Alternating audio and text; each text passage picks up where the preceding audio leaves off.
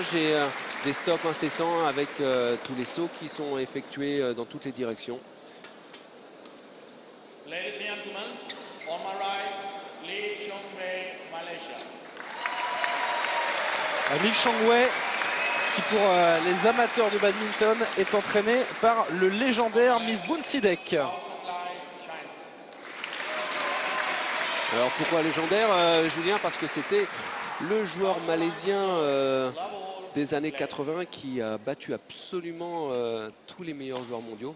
Alors sans jamais avoir été champion du monde lui-même. La légende dit qu'il avait placé une photo des 10 meilleurs joueurs mondiaux à l'époque dans sa chambre, et qu'à chaque fois qu'il en battait un, eh bien, il envoyait une fléchette sur la photo jusqu'à ce que les 10 fléchettes atteignent la cible, ce qu'il a réussi à faire. Merci pour cette jolie anecdote. Alors voilà, que le match est commencé, le premier point est inscrit par Bao Chunlai, le chinois, numéro 4 mondial. Vous avez un tout petit peu la vitesse à laquelle Bao Chunlai a enchaîné cette attaque de fond de court et cette attaque au filet. Alors encore un gaucher sur le court, ils sont nombreux sur le circuit.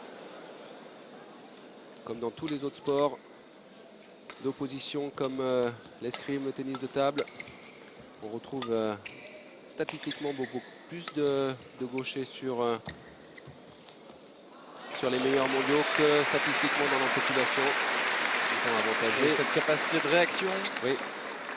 Et puis des angles et des frappes un tout petit peu différentes que les droitiers. Et puis aussi tactiquement, eh bien, c'est toujours plus compliqué puisqu'on a plus l'habitude de jouer contre des droitiers, et que là, il faut s'adapter quand on a un gaucher en face de soi.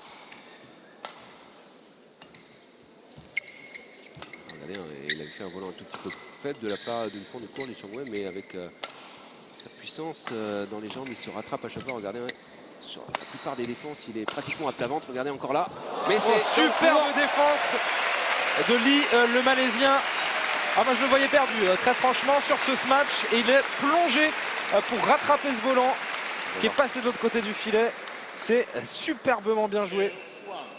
Alors non seulement il est pratiquement par terre, mais derrière, la capacité à revenir par rapport à ce déplacement pratiquement plongé pour être déjà prêt pour le volant suivant au cas où. Alors est-ce que ça peut faire la différence? Il y a quand même une énorme différence de taille entre les deux joueurs, Christophe. Alors ça donne la capacité à Bao Chunlai, qui est beaucoup plus grand que son adversaire, de trouver beaucoup plus d'angles en attaque, ce qui complique la tâche en défense pour le Malaisien. Qui va à la faute. Alors non seulement il peut trouver plus d'angles, mais évidemment il peut couper la trajectoire plus tôt, ce qui donne moins de temps pour prendre les informations et pour réagir pour le Malaisien.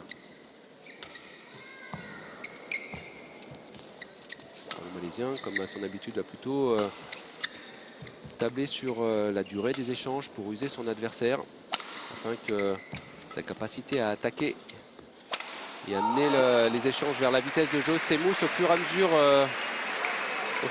que la rencontre avance. Alors c'est le premier match de simple de la journée. Notons pour les amateurs, les profanes comme moi, que le couloir est donc supprimé pour ce match de simple. On parle de couloir du côté, bien évidemment, Julien. Le couloir de fond de court étant dans le jeu, c'est la dernière ligne au fond du court qui compte. Eli qui reprend un point d'avance, le Malaisien. Voilà, un lob croisé un tout petit peu court de la part de Bao.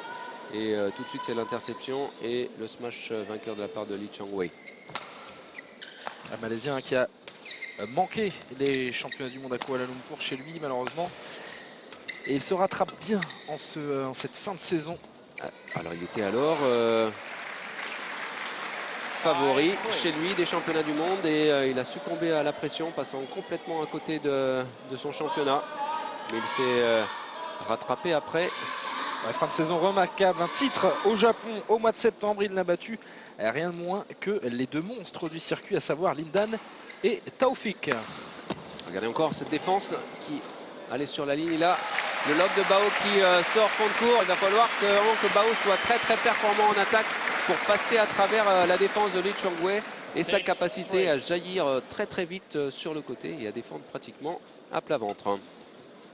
Ça fait 6-3 pour Lee. Ah, un tout petit peu négligent là sur, Je laisse passer ce point. sur cette frappe en main basse sur l'avant du court. Il n'a pas vraiment été attentif au petit jeu de jambes et à avancer sur ce volant.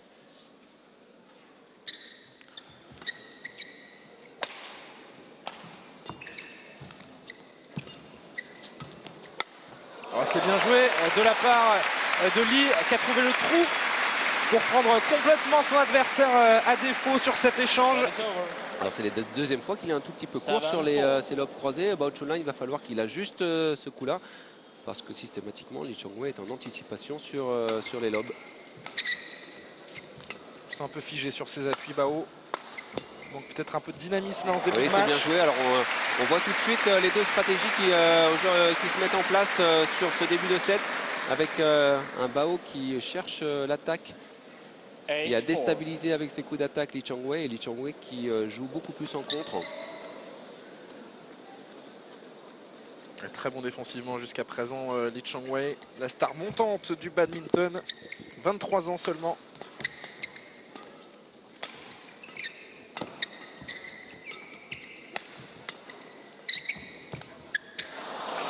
Qui manque là complètement. Ouais, le court croisé qui est resté dans sa raquette. 5-8.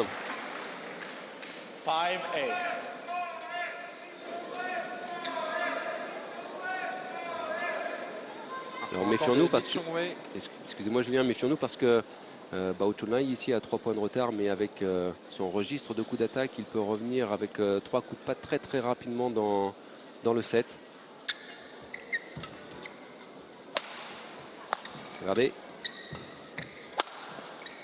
Ah, et la défense ici qui prend la bande du filet. Alors Lee Chong-wei, il défend. Et derrière, il attend au niveau des interceptions au mi-court quand Bao effectue des lobes sur le fond du court. Et pour l'instant, il contre très très bien son adversaire.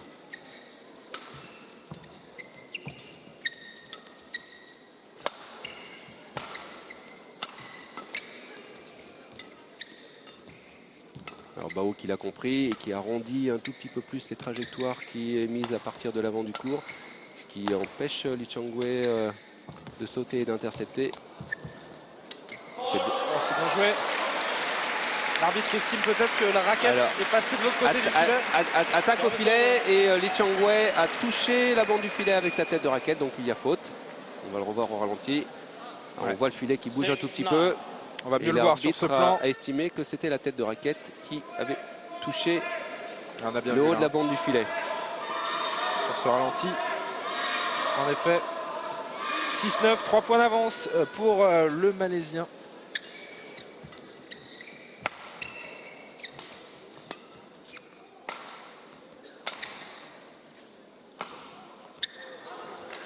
C'est couloir. Allez dehors. 10-6 pour Lee. Alors Bao Chun-lai qui a un tout petit peu du mal à se régler en ce début de set sur ses coups d'attaque. Il fait quelques erreurs inhabituelles. Lui qui a l'habitude d'être très très précis.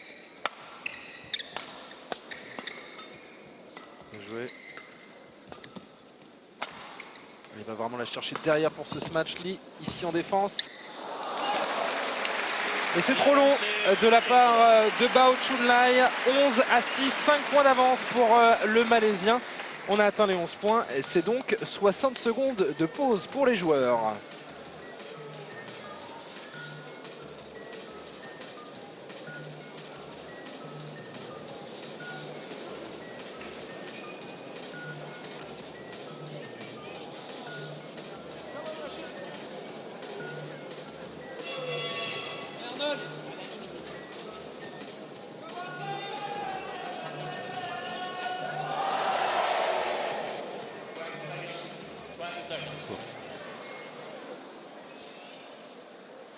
Ah, il n'y a pas la mine des grands jours, hein, Bao.